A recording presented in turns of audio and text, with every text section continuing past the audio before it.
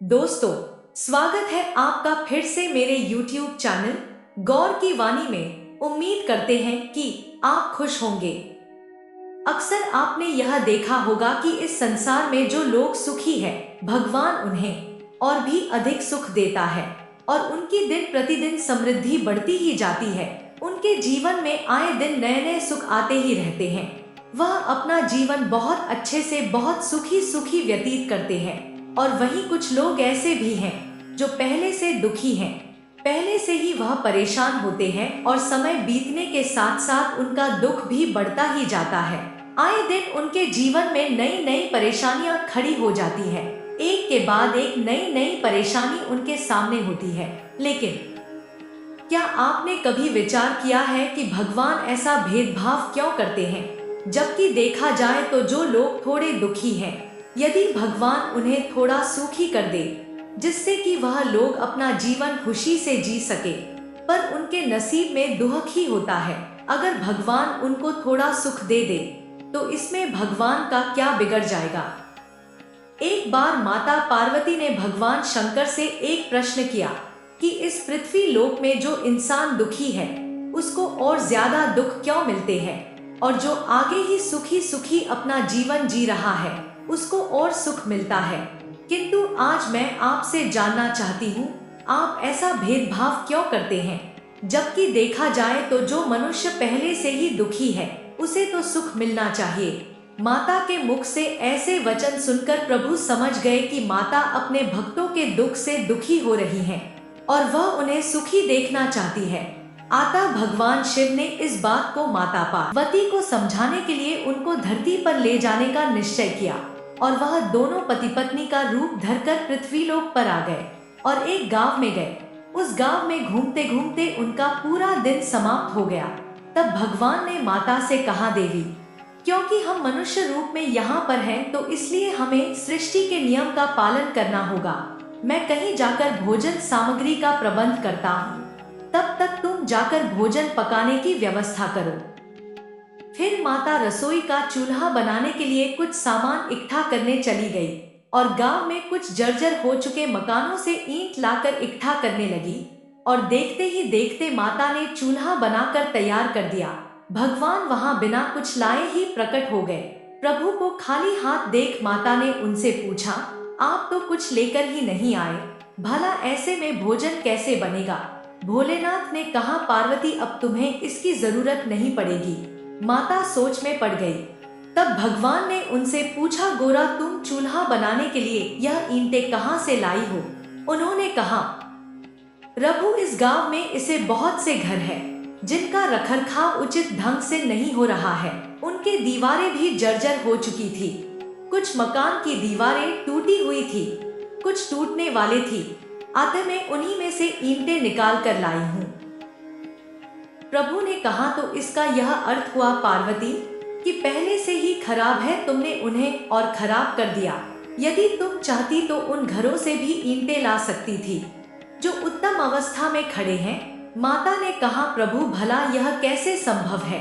असल में उन घरों में रहने वाले लोगों ने उनका रखरखाव बहुत ही अच्छे ढंग से किया है और वह घर बहुत ही सुंदर लग रहे हैं। ऐसे में मैंने उनकी सुंदरता को बिगाड़ना उचित नहीं समझा। शिवजी बोले, पार्वती, अब तुम समझी। सुबह तुमने जो प्रश्न किया था यह उस प्रश्न का उत्तर है। जिस प्रकार से तुमने अच्छे घरों की सुंदरता को बिगाड़ना उचित नहीं समझा, ठीक उसी प्रकार से नियति भी कार्य करती है। जिन लोगों ने अपनी जिंदगी में अच्छे कर्म किए हैं, जिन लोगों ने अपने कर्मों से अपने जीवन को उत्तम और सुंदर बनाया है, भला नियति उन लोगों को कैसे कष्ट पहुंचा सकती है? कहने का अर्थ यह है पार्वती कि संसार में जो भी मनुष्य सुखी है वह अपने कर्मों से ही सुखी है और जो दुखी है वह भी अपने कर्मों से ही दुखी है। इसीलिए हर मनुष्य को अपने जीवन में अच्छे कर्मों को चाहिए जिससे उनकी मजबूत व खूबसूरत इमारत खड़ी हो सके।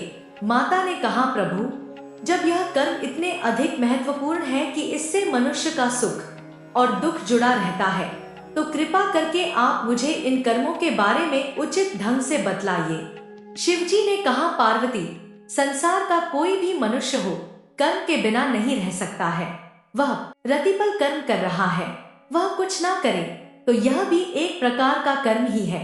इसीलिए जीवन में कर्म का और भी अधिक महत्व बढ़ जाता है और यही आगे चलकर नियति बन जाते हैं और यही नियति मनुष्य को सुख अथवा दुख प्रदान करती है। अब मैं तुम्हें कर्मों का रहस्य बताता हूँ तो उसे ध्यानपूर्वक सुनो।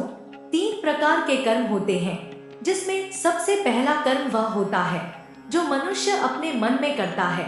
मन में आने वाले किसी भी प्रकार के शुभ या अशुभ विचार से ही कर्मों का जन्म होता है। उच्च विचारों के आने भर से ही वह पाप अथवा पुण्य का भागी हो जाता है।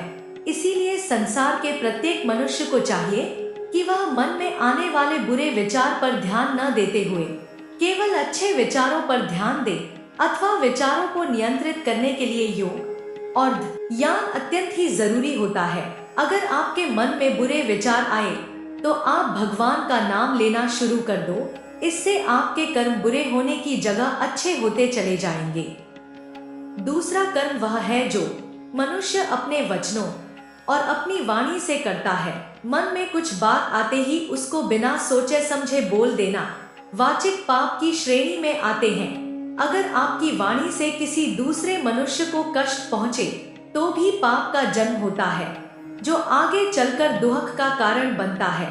अगर आपके मुंह से निकले हुए शब्द किसी दूसरे इंसान को खुश कर दे, किसी दुखी इंसान को खुश कर दे, तो ऐसे सुंदर वचन अथवा वाणी बोलने वाला इंसान पूर्ण कर्मों का भागी हो जाता है।